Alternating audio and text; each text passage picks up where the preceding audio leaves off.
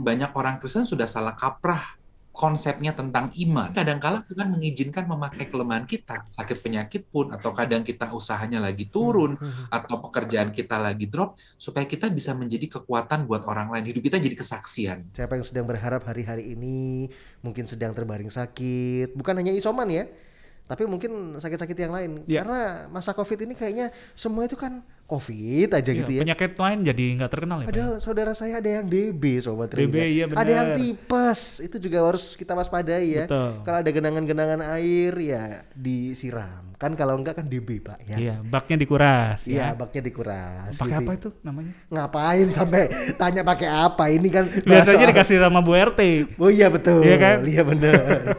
Ya urusan Bu RT ya, nggak usah masuk radio ya Sobat Rida. Tapi hari ini bicara tentang mujizat kesembuhan. Anda mungkin yang merindukan mujizat kesembuhan, kita hari Ya. ini akan kupas tuntas gitu ya. Bahkan lebih tepatnya minggu ini, kalau Anda dengerin Bahtera Ida FM bersama dengan seorang narasumber, Ya. kita kalau ngajak ngobrol nih, aduh enak banget ya Joy. Kayak nggak selesai-selesai, kepengen cari tahu terus gitu ya. Ya. Beliau siapa Joy? Kita akan bicara bersama Pastor Belsa Erbandi dari Gereja Orang Beriman. Kita mau sapa dulu. Shalom Pastor Belsa. Halo. Shalom Pastor, halo. Halo, Bung Nathan, Bung Jonathan, apa Puji kabar? Tuhan, kabar Kabar baik. baik. Puji Tuhan. Terima kasih. Sobat Bahtera Ida, Yes. dalam keadaan baik, Amin. sehat, sukacita, tetap terus semangat dalam Tuhan. Amin. Amin. Terima kasih Pastor Belsa sudah join di Bahtera Ida FM. Mujizat kesembuhan. Mujizat Wah, kesembuhan. ini. Kalau boleh tahu nih Pastor, masa COVID ini yang minta didoakan akan kesembuhan, itu makin banyak nggak sih Pastor? Kalau boleh tahu? Kalau mau bicara jujur banyak sekali. Banyak Apalagi pandemi ini belum selesai, dari 2 tahun kita ada beberapa gelombang, sudah 3 ya kalau nggak salah. Betul, Dan 3. setiap kali gelombang itu masuk, terakhir kan Delta kemarin, sekarang Omicron, itu banyak sekali. Mau dari kenalan, jemaat, non-jemaat, saudara, banyak yang memang kita dukung, doakan sakit penyakit secara khusus COVID dan juga yang lain-lain tadi. Iya benar. Jonathan katanya koreksi Pastor, ada 4, yang sebelumnya katanya gelombang cinta. Gelombang cinta. Oh, gelombang cinta lagi turun ya nih Lagi kayaknya. turun ya, kayaknya yang ya. model lain. Kalah pamor kayaknya ya. Sama gelombang-gelombang Tapi yang ada lain. beberapa negara juga yang bilang, yang lain kok udah gelombang 2, gelombang 3, ini gelombang 1 belum selesai. Iya, ampun. Guyonannya Jonathan dark jokes banget ya. Ini saya nih gelombang 1-nya belum selesai ya. Ya mungkin, ya semoga cepat selesai ya Sobat Rida. Tapi gini Pastor, ini pertanyaan yang mendasar. Mungkin buat kita yang memohon benar tentang kesembuhan. Mengapa memang ketika setiap orang yang sedang terbaring sakit gitu ya, memohon kesembuhan, memohon hal yang sama yaitu pemulihan, ada yang sembuh, ada yang tidak.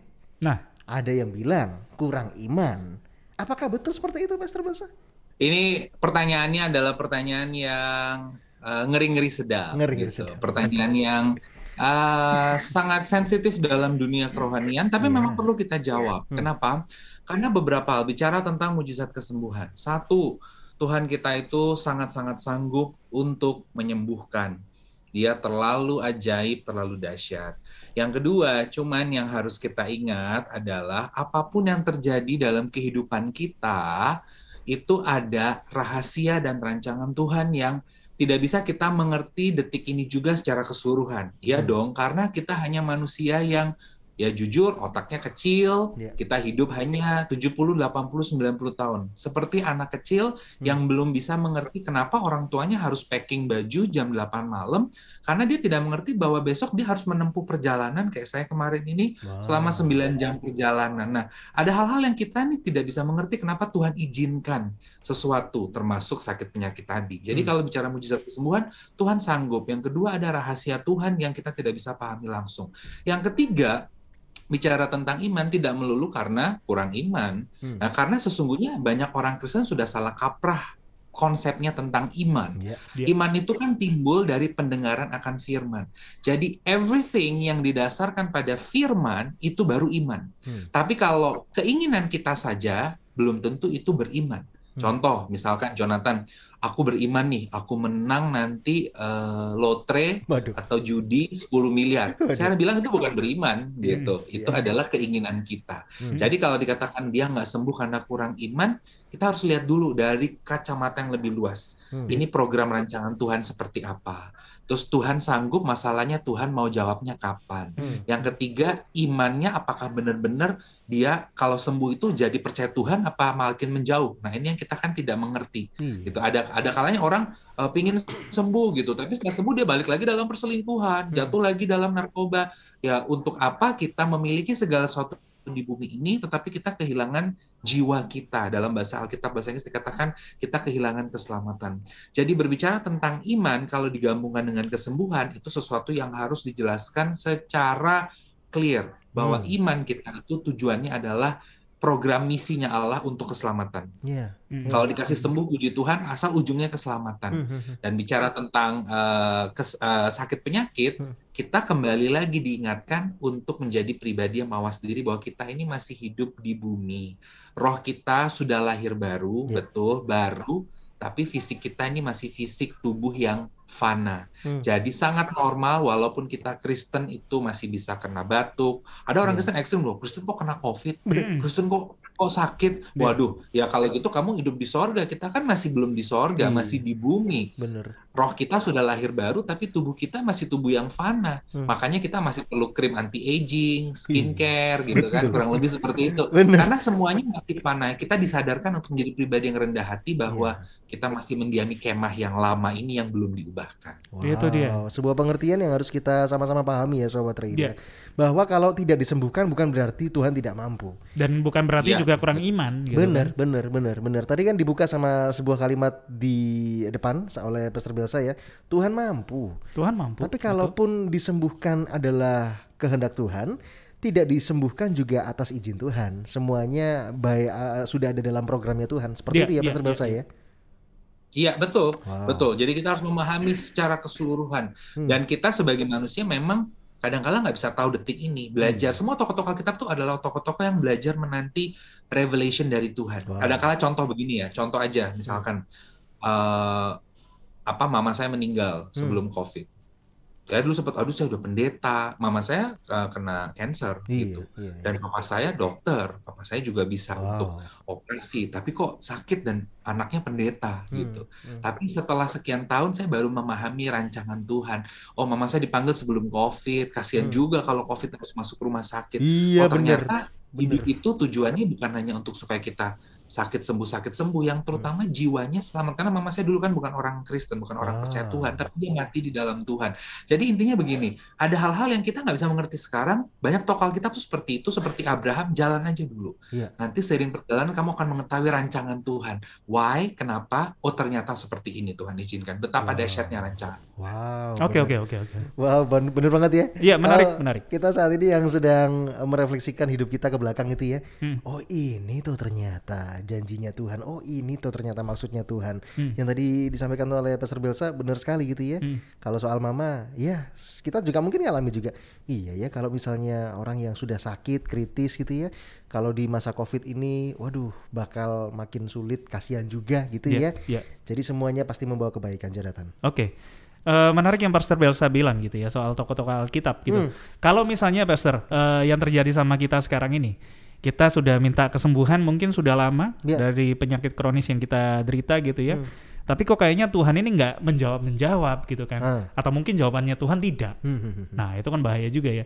Lalu kalau misalnya kita cari kayak misalnya penyembuhan yang lain usaha gitu. Apakah itu boleh Pastor atau kita biarkan saja gitu penyakitnya atau gimana Pastor? Iya, mungkin ke pendeta A, ke pendeta B juga ya mungkin ya kan. Siapa tahu kan hatinya Tuhan tergerak ya. Nah, bisakah seperti itu Pastor? Iya, jadi gini. Kita ini manusia biasa yang tentu siapa sih yang nggak kepingin sembuh yang namanya sakit. Jadi itu normal-normal saja ketika kita butuh dikuatkan. Orang selevel Yohanes Pembaptis saja sudah di titik dia ada pergumulan di penjara, dia sempat bertanya, benar nggak sih ini kamu Mesias yang dinantikan itu? Jadi selevel Yohanes Pembaptis saja juga manusia biasa yang ada di titik lemah.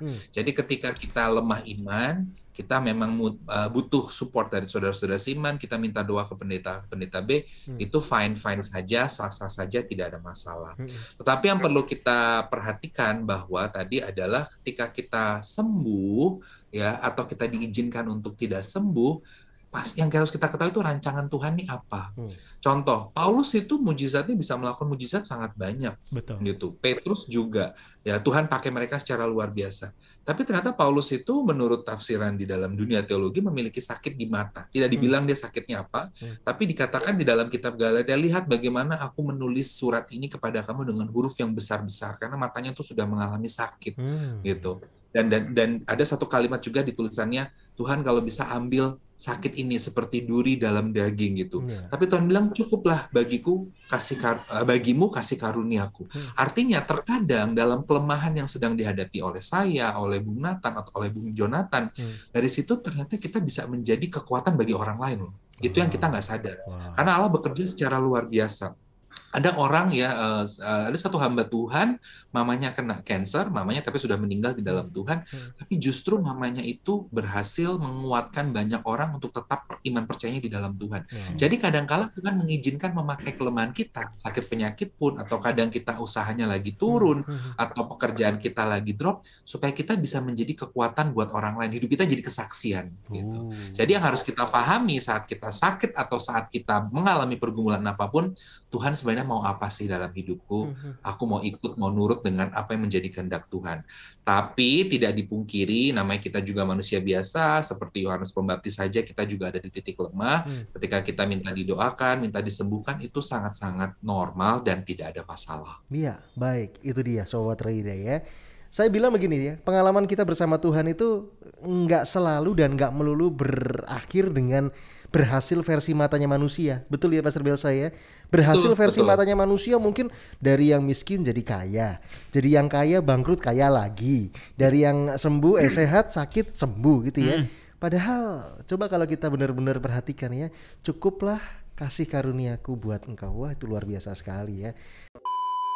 Jangan membuat image sendiri bahwa ikut Tuhan tuh nggak mungkin ngalamin susah. Siapa bilang? Justru lewat susah kita lihat mujizat Tuhan.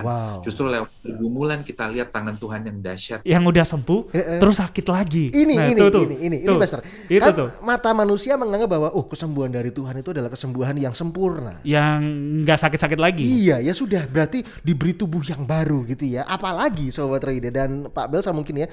Orang yang sudah sembuh, udah naik ke panggung kesaksian. Itu akan ada pressure sendiri kalau misalnya lah kok sakit lagi. You are listening to pujian terbaik yang memberkati 96.4 Bahtera Yuda FM. The sound of faith, hope and love.